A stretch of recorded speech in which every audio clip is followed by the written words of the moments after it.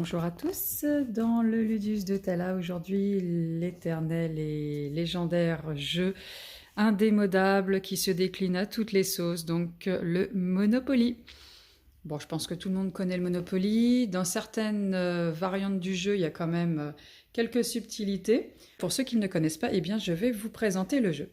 Le but du jeu, en fait, c'est effectivement d'être le plus riche, de gagner, d'évincer tout le monde du plateau et de gagner donc énormément d'argent. Comment est-ce que l'on fait pour gagner énormément d'argent? Donc on voit ici effectivement toutes ces cases là qui sont présentées ici sont des propriétés. Et ces propriétés ont des valeurs. Ici donc moindre valeur. Hein. Et puis effectivement quand on fait le tour et qu'on arrive ici, on voit déjà qu'il y a un peu plus de valeur. Eh bien le but du jeu c'est d'acquérir ces propriétés sans tricher. Et voilà, donc en les achetant, bien évidemment. En mettant le plus vite possible, lorsqu'on a toutes les propriétés en main, on peut mettre des hôtels, ce sont des tours et non plus des hôtels, ou encore des auberges ou des églises, etc. Enfin voilà, donc tout est, suivant le jeu que vous avez, tout est différent à ce niveau-là, mais ça reste la même chose. Donc si c'est une tour, ça sera un moindre coût. Par contre, si on parle effectivement d'une forteresse, là c'est encore autre chose. Hein. Donc, mais ça, on y reviendra aussi. Donc le but du jeu, effectivement, c'est d'acheter les propriétés, de faire construire dessus, afin que les autres concurrents, adversaires, ennemis, tombent sur vous et vous payent des loyers jusqu'à faire faillite. Pour commencer, déjà, nous nous mettons effectivement sur la case départ et nous commençons. Nous tombons sur la case chance. Nous prenons notre petite carte chance et nous lisons ce qu'il est d'inscrit. Vous êtes libéré de prison, ça sera très utile. Dans le cas où effectivement je pars en prison, avec cette case-là, on passe ici, bien qu'on passe par la case départ, on ne reçoit pas d'argent. On va directement en prison. Et là, au tour d'après, on pourra jouer si on souhaite effectivement faire valoir cette carte. Si, puisqu'on est sur la case prison, on va en parler un petit peu, si nous n'avions pas eu cette carte, nous aurions pu effectivement payer une valeur afin de sortir au prochain tour. Nous pouvons escompter et faire le double des dés pour pouvoir sortir. Quoi qu'il en soit, si au troisième tour, on n'a toujours ni fait des doubles, ni eu cette carte, ni payé pour sortir, eh bien, il faudra payer 5 dragons d'or afin de sortir. La monnaie de Game of Thrones, ce sont des dragons d'or et des cerfs d'argent. Donc là, on a les propriétés. Pendant que vous êtes en prison, vous continuez à percevoir donc, les loyers, quand les gens vous tombent dessus, à faire des transactions, si besoin. Voilà.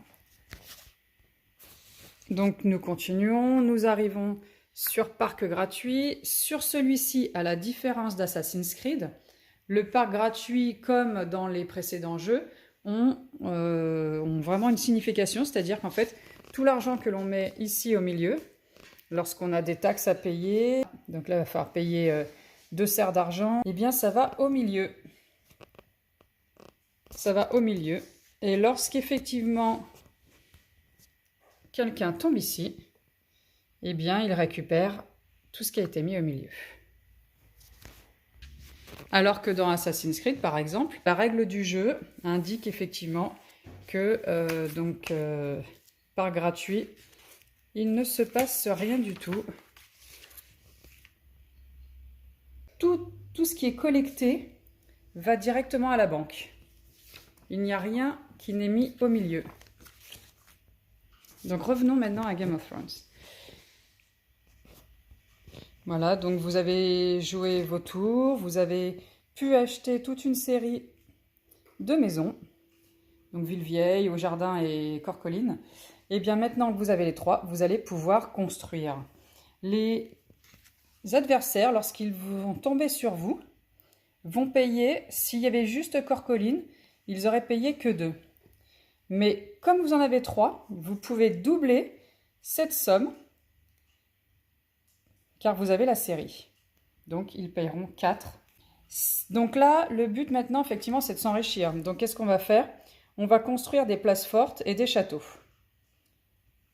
Nous avons vu effectivement, donc, ça c'est plus petit, c'est ce qu'on appelle la place forte, ma petite tourelle. Et celle-ci a un coût de 2 à chaque fois que l'on veut en construire une, elle a un coût de 2. Ça donc, c'est la place forte. Elle a également un coût de 2, mais il faut d'abord construire 4 places fortes pour construire ensuite un château. Voilà comment nous les positionnons. Donc après, une personne effectivement tombe sur vous. Hop, il est sur Corcolline avec un château. On prend donc sa carte Corcolline et avec un château. Et il doit payer 20 dragons d'or. Voilà. Donc alors si effectivement une personne ne peut pas payer, qu'elle a des propriétés devant elle, qu'elle a des constructions, qu'elle a une carte sortie de prison, admettons, voilà, par exemple. Hop. Eh bien, elle met tout en hypothèque. Si elle peut du coup payer grâce à la mise en hypothèque, mais qu'elle souhaite continuer à jouer, eh bien, donc elle essaye de les récupérer un peu plus tard en y payant le prix. Elle peut essayer de négocier la vente de cette carte, par exemple, hein, ou enfin tout ce qu'elle a, elle peut négocier avec celui à qui elle doit payer le loyer. Ou sinon, bah, si elle se dit, bon, bah là, non, mais là, de toute manière, là, j'ai plus aucune chance dans le jeu. Elle peut donner effectivement toutes ses cartes, toutes ses propriétés, toutes ses constructions s'il y en avait eu. Donc, au joueur à qui elle doit donc, la somme à qui elle est en dette. Dans Assassin's Creed, le joueur qui effectivement perçoit la dette, eh bien, récupère toutes les propriétés effectivement de la personne hein, qui lui doit de l'argent. Il récupère toutes les propriétés et il doit payer 10% de l'hypothèque afin de pouvoir les acquérir. À la différence des autres jeux, Assassin's Creed a une petite subtilité. Pour faire des parties un peu plus rapides, eh bien, nous pouvons effectivement jouer ce dé en plus des deux autres. Donc avant de commencer une partie avec le dé rouge, chaque joueur reçoit 1000 crédits supplémentaires. Donc là, ce sont des crédits Animus. Et là, on voit donc dans Assassin's Creed, on a super beaux personnages. On a tous les personnages jusque Arnaud. On a Ezio, on a Edouard, on a même Aveline. Aveline, elle est où? Elle est là. Hop. On a même Aveline qui est là.